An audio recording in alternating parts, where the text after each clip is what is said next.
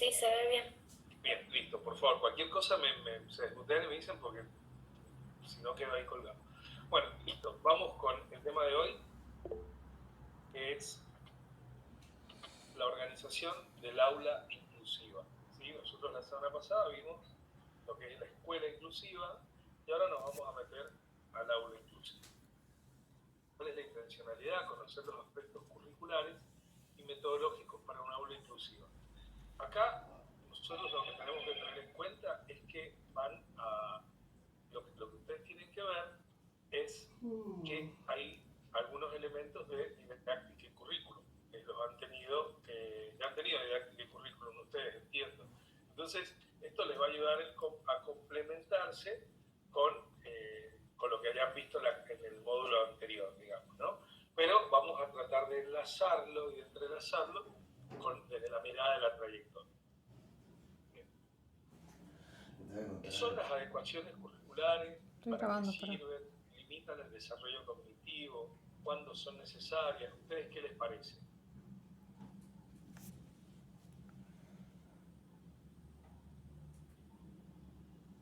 Han tenido experiencia, así que supongo que deben. Y está todo relacionado, o sea, las adecuaciones curriculares, que es lo que se llama adaptaciones también,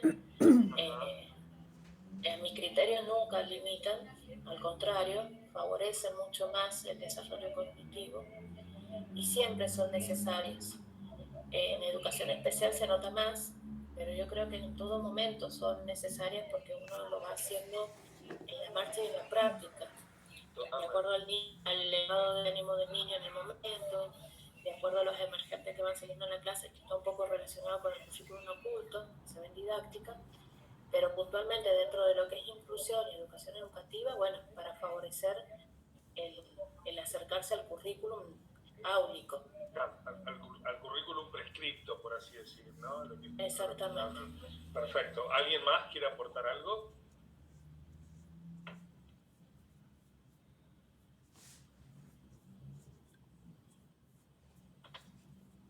Bueno.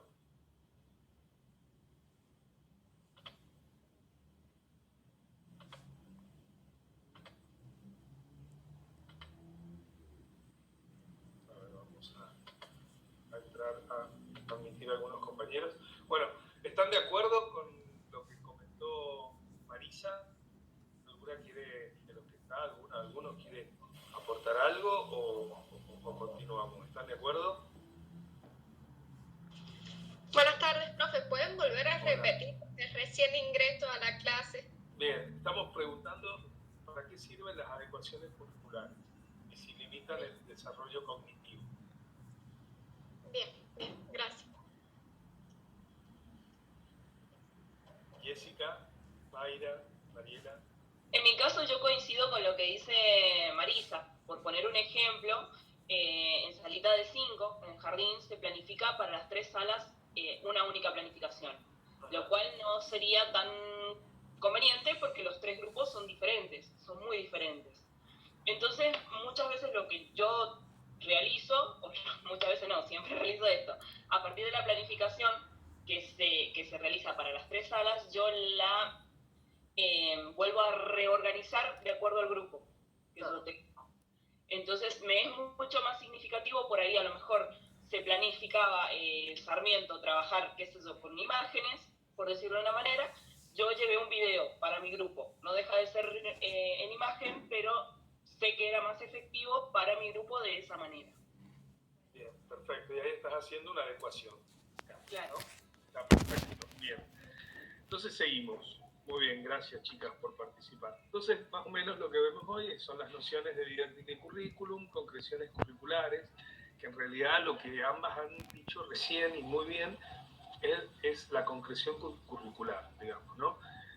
Por ahí la gente, por ahí se olvida, el docente se olvida que permanentemente hay una concreción curricular y que tiene que ver con, que es una adaptación también, digamos, se va adecuando el currículum de nivel nacional a nivel áulico, o sea, va pasando por distintas concreciones, de nivel nacional, nivel jurisdiccional, nivel institucional y nivel áulico. Y a eso le sumamos lo que bien nos decía Marisa, el currículum oculto. Entonces, la teoría del currículum es muchísimo más amplia y muchísimo más compleja que hablar de una adecuación curricular como un limitante cognitivo. La adecuación curricular es lo que naturalmente se hace, como están explicándolo ustedes, ¿no? Ahora, cuando digamos, lo asemejamos o lo llevamos a lo que es el ámbito de la discapacidad, hablamos de las adecuaciones curriculares, que son los ajustes razonables en educación, ¿sí?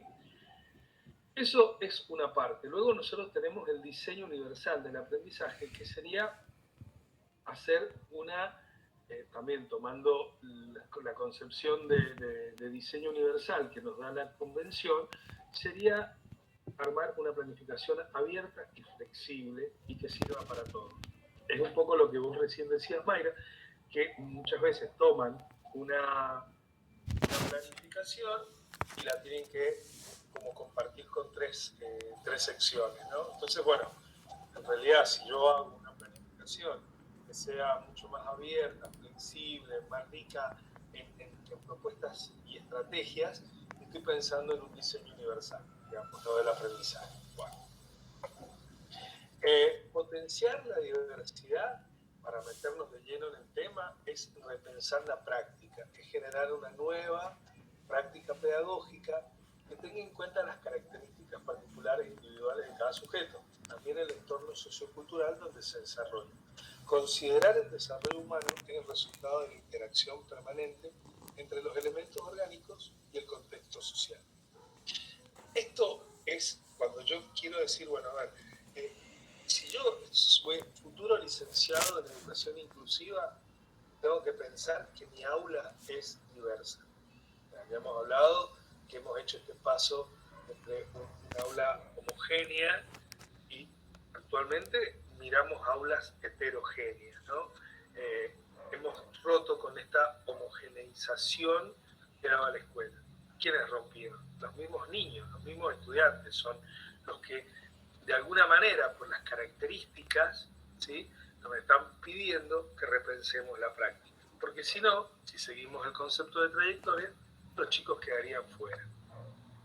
Entonces, el concepto de diversidad rompe con este ideario y reconoce diferentes seres humanos, ya sea por condiciones orgánicas y psíquicas, diferencias motoras, auditivas, visuales, intelectuales, psicosociales, como las relacionadas a las condiciones culturales, lingüísticas, sociales, familiares, étnicas y otras. O sea, imagínense que voy a ingresar algunos compañeros. Y no me di cuenta que no estoy compartiendo la pantalla, chicos. Yo pensando que ustedes estaban viendo.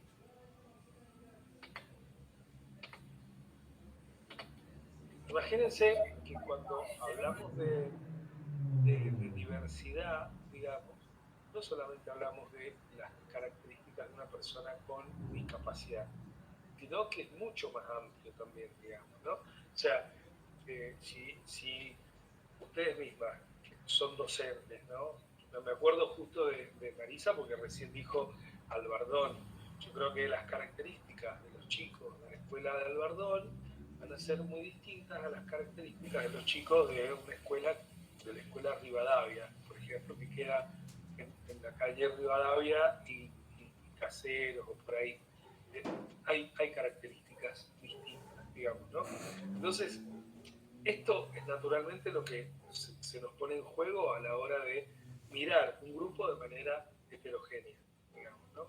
Y asimismo, los chicos que están en la escuela de Albardón, entre ellos, por sus características, no solo de discapacidad, sino también familiares, van a constituir un fenómeno de heterogeneidad, digamos, ¿no? Entonces, como docente y como licenciado en educación inclusiva, yo tengo que pensar desde ahí, ¿sí? Esa es la clave, tener ese chip como bien claro.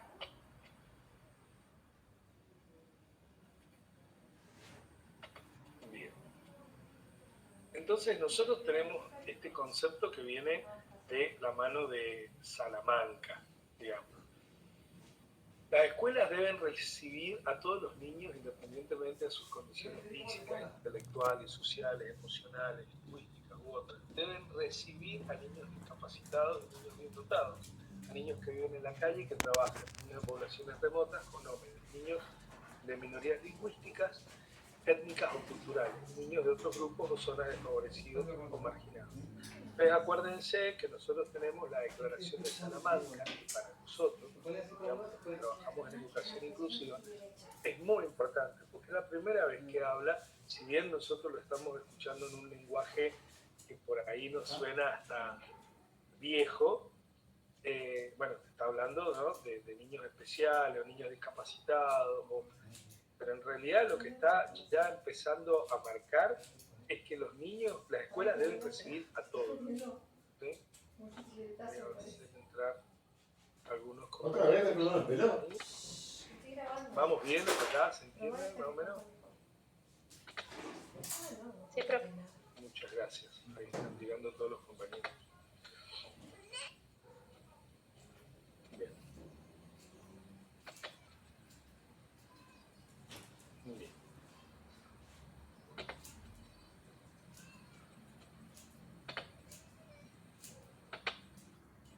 Seguimos. Entonces Salamanca, imagínense, año 1994, ya nos estaba marcando un rumbo, digamos, ¿no?, en esto de cómo debemos, cómo deben ser las escuelas. Y eso que estamos a años de lo que es la convención. Bueno, entonces, para Juan Carlos Tedesco, ¿qué nos dice? Que la función de la institución educativa, frente a la gran diversidad de opciones que un sujeto encontrará en el desarrollo de sus vínculos sociales, la función de la escuela en relación con la formación de la personalidad consiste en fijar los marcos de referencia que permitirán a cada uno elegir y construir su o sus múltiples identidades. Voy a volver a ingresar a compañeros.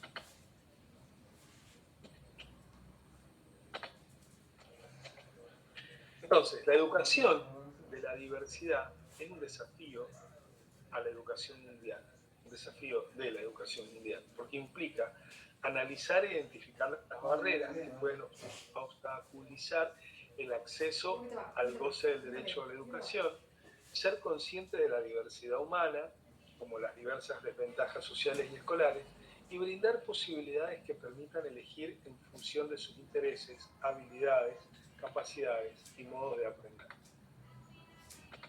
Entonces, lo que nosotros tenemos que tener claro es que la diversidad, esta educación de la diversidad, va a desafiar a esta educación mundial que siempre ha tendido a la homogeneidad, ¿no? Y acá viene un concepto que es muy claro, es el identificar y analizar las barreras, ¿no? Si nosotros nos vamos y nos remitimos a la Convención de los Derechos de la Persona con Discapacidad, sabemos que su objetivo principal es eliminar las barreras, ¿sí?, que limitan la participación plena de la persona en todos los ámbitos, ¿no? Entonces nosotros tenemos que pensarnos desde ahí. Y esto, si bien es algo macro, cuando decimos, hablamos de diversidad, hablamos de educación mundial, hablamos de... En realidad es el ejercicio que ustedes deben hacer desde ahora, ¿no?, pero mucho más cuando sean licenciados en educación inclusiva. Porque el ejercicio de identificar las barreras es muy complejo, ¿sí? La mirada siempre está en el déficit. La mirada siempre está en la persona con discapacidad. Y en realidad no terminamos de relacionar que las barreras están en el entorno, no están en la persona, ¿sí? La persona ciega va a ser ciega siempre. Ahora, la barrera que podemos encontrar es que la persona no tenga acceso a un dispositivo inteligente, no tenga acceso a una computadora que le pueda leer, no tenga acceso al braille y a una máquina braille. La persona sorda va a ser sorda siempre. La barrera es, por ejemplo, que no encuentre un intérprete de señas, de lenguaje de señas, que no le permitan llevar un intérprete de lenguaje de señas a la universidad o a la escuela, que no puede acceder a un teléfono inteligente que también le vaya como dictando lo que tiene que hacer. Y ahí nos vamos a otro tipo de barrera, ¿no? La barrera actitudinal. Puede ser una persona con discapacidad intelectual que en realidad quiera ir a una escuela común y se encuentre con la negativa porque la directora diga: no, a esta escuela no vienen chicos especiales, vienen chicos normales. Y eso es una barrera.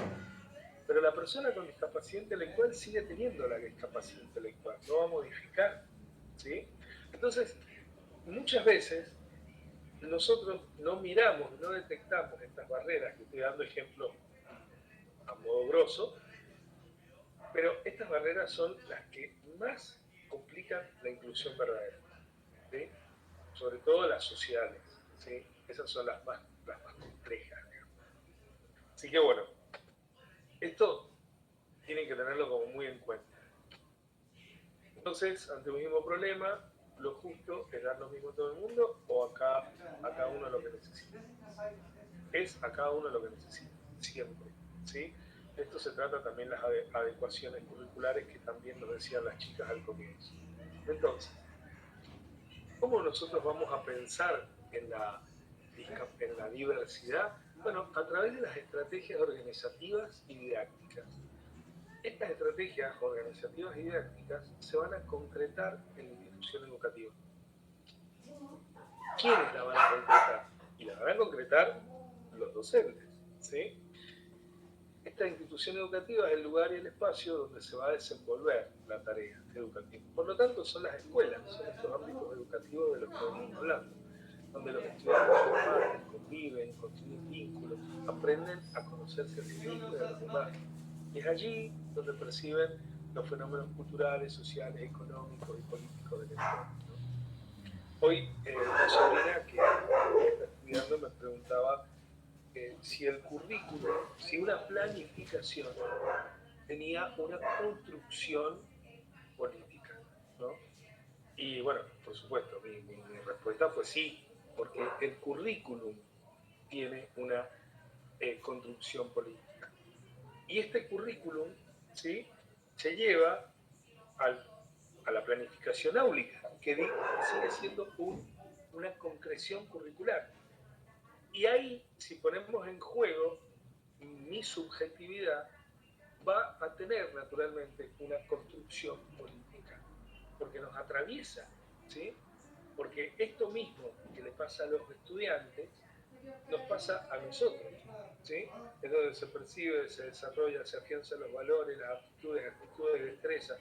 Eso que tienen los chicos nos pasa a nosotros. Entonces, a la hora de hacer una planificación, también estoy haciendo una construcción política, ¿sí?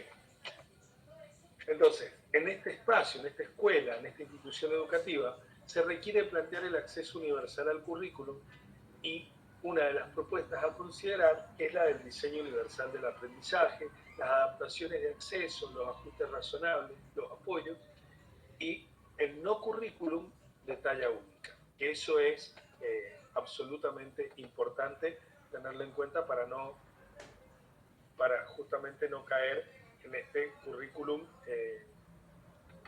homogeneizante, ¿no? ¿Vamos bien? ¿Hasta acá? Bien, gracias. Entonces, nosotros tenemos, para la UNESCO, dice que el currículum inclusivo debe estructurarse y enseñarse de forma que todos los estudiantes puedan acceder a él. Debe basarse en un modelo de aprendizaje que sea inclusivo, ajustarse a los estilos de aprendizaje y enfatizar que las competencias y conocimientos sean relevantes para los estudiantes. Debe ser lo suficientemente flexible para responder a las necesidades de ciertos estudiantes, comunidades, grupos religiosos y lingüísticos y étnicos. Por lo tanto, no debe prescribirse de manera rígida desde un nivel central o nacional. ¿Ven? Esto es un poco lo que estábamos diciendo recién. Este currículum, por lo menos en nuestra modalidad de funcionamiento del sistema educativo, este currículum es rígido. Nada más que a través de las concreciones curriculares, ¿sí?, los teóricos del currículo son los que nos van enseñando y nos van diciendo que va perdiendo rigidez, digamos, ¿no? O en realidad va modificándose en esta concreción, pero nuestro currículum es rígido, naturalmente, ¿no? Los currículos más inclusivos exigen más de los maestros, por lo que necesitarán apoyo para implementarlos con efectividad.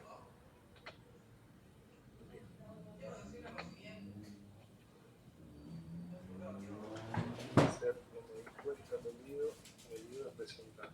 Anotado ahí, después lo sumamos. Sí. Entonces, se trata de diseñar actividades y materiales instructivos que permitan que los objetivos de aprendizaje estén al alcance de alumnos que tienen entre sí amplias diferentes de sus habilidades para ver, escuchar, hablar, moverse, leer, escribir, entender y organizar.